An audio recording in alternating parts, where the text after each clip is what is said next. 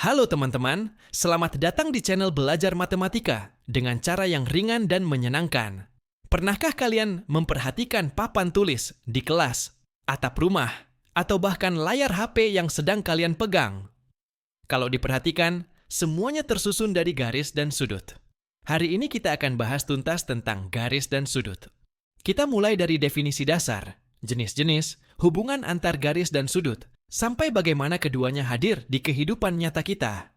Tenang saja, bahasannya akan sederhana. Yuk kita mulai. Mengenal garis.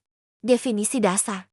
Dalam matematika, garis adalah himpunan titik-titik yang memanjang lurus tanpa batas kedua arah. Bayangkan sebuah benang tipis yang tidak pernah habis jika ditarik terus ke kanan dan ke kiri. Itulah garis lurus. Notasi garis. Garis biasanya ditulis dengan huruf kecil, G, H, K.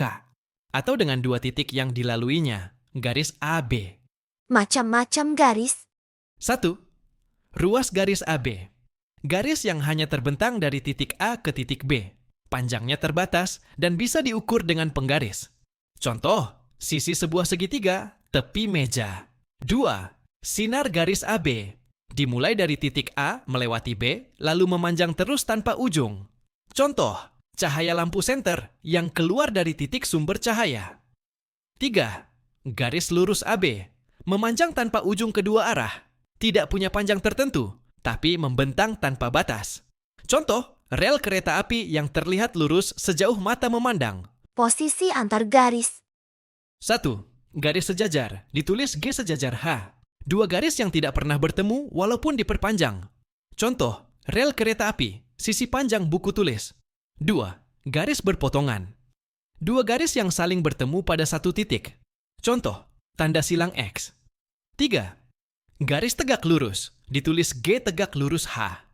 Dua garis berpotongan dan membentuk sudut siku-siku 90 derajat. Contoh, tiang bendera yang berdiri tegak di atas tanah datar. Sifat-sifat garis.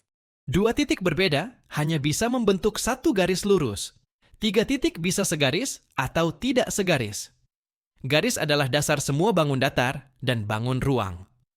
Contoh dalam kehidupan nyata. Jalan raya lurus, model garis lurus. Tepi pintu, ruas garis. Cahaya lampu senter, sinar garis. Rel kereta api, garis sejajar. Sudut meja, garis tegak lurus. Latihan singkat. Jika titik A, B, dan C segaris, bagaimana menuliskan garis tersebut? Jawaban, garis AB sama dengan garis AC sama dengan garis BC. Mengenal sudut. Sekarang kita beralih ke sudut, pasangan abadi dari garis. Definisi sudut. Sudut terbentuk dari dua sinar garis yang bertemu di satu titik. Titik itu disebut titik sudut, sedangkan sinar garis disebut kaki sudut. Notasi sudut. Ditulis dengan simbol sudut. Contoh, sudut ABC, dengan B sebagai titik sudut. Cara mengukur sudut. Satuan sudut ada dua. 1. Derajat. Satu putaran penuh sama dengan 360 derajat. 2. Radian. Satu putaran penuh sama dengan 2 pi radian. Jadi, 180 derajat sama dengan pi radian. Jenis-jenis sudut berdasarkan besarannya. 1.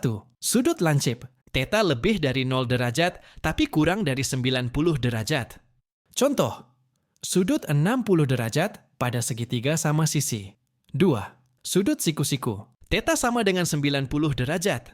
Contoh, pojok buku, papan tulis. 3. Sudut tumpul. Theta lebih dari 90 derajat, tapi kurang dari 180 derajat. Contoh, jarum jam pukul 10 lewat 10 membentuk sekitar 140 derajat. 4. Sudut lurus. Theta sama dengan 180 derajat. Contoh, jalan raya lurus. 5. Sudut refleks. Theta lebih dari 180 derajat, tapi kurang dari 360 derajat. Contoh, kipas angin yang berputar sebagian. 6. Sudut penuh. Theta sama dengan 360 derajat. Contoh, roda yang berputar sekali.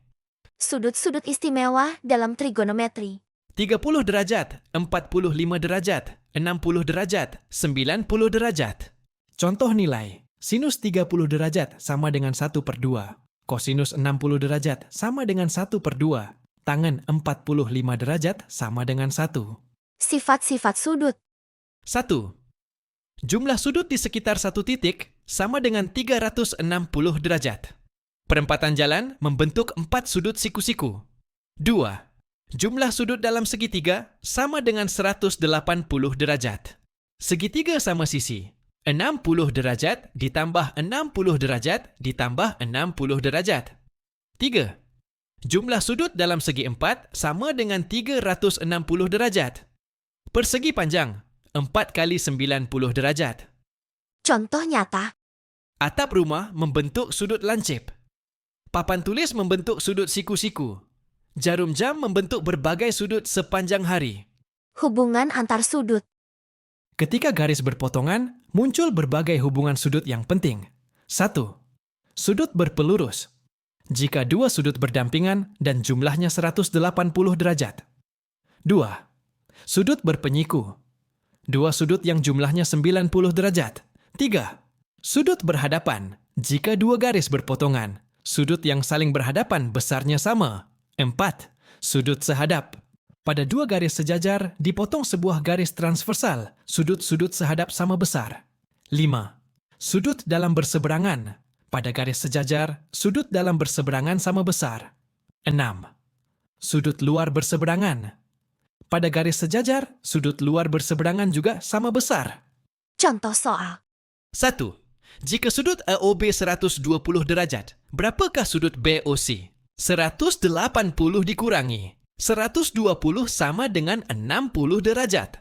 2. Dua garis berpotongan membentuk sudut X sama dengan 75 derajat. Berapakah sudut berhadapan dengan X? Sama, yaitu 75 derajat. 3. Garis sejajar G sejajar H dipotong garis transversal T. Jika sudut sehadap sama dengan 65 derajat, maka sudut dalam berseberangan sama dengan 65 derajat. Sudut berpelurus sama dengan 115 derajat. Penerapan dalam kehidupan nyata. Arsitektur. Sudut siku-siku membuat bangunan kokoh. Olahraga. Lapangan penuh garis sejajar dan tegak lurus. Navigasi.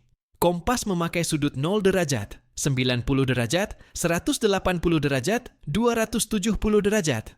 Teknologi. Layar HP berbentuk persegi panjang. Tiap sudutnya 90 derajat. Jam dinding. Jarum jam membentuk sudut. Pukul 3 tepat sama dengan 90 derajat. Jadi, hari ini kita sudah belajar panjang lebar tentang garis dan sudut. Mulai dari definisi dasar garis, jenis-jenisnya, sampai sudut dengan berbagai macam ukurannya. Kita juga melihat hubungan antar sudut, mencoba soal, dan menyadari bahwa garis dan sudut ada di sekitar kita setiap hari. Terima kasih sudah menonton. Jangan lupa like, share, dan subscribe supaya kita bisa terus belajar matematika dengan cara yang menyenangkan. Sampai jumpa di video berikutnya.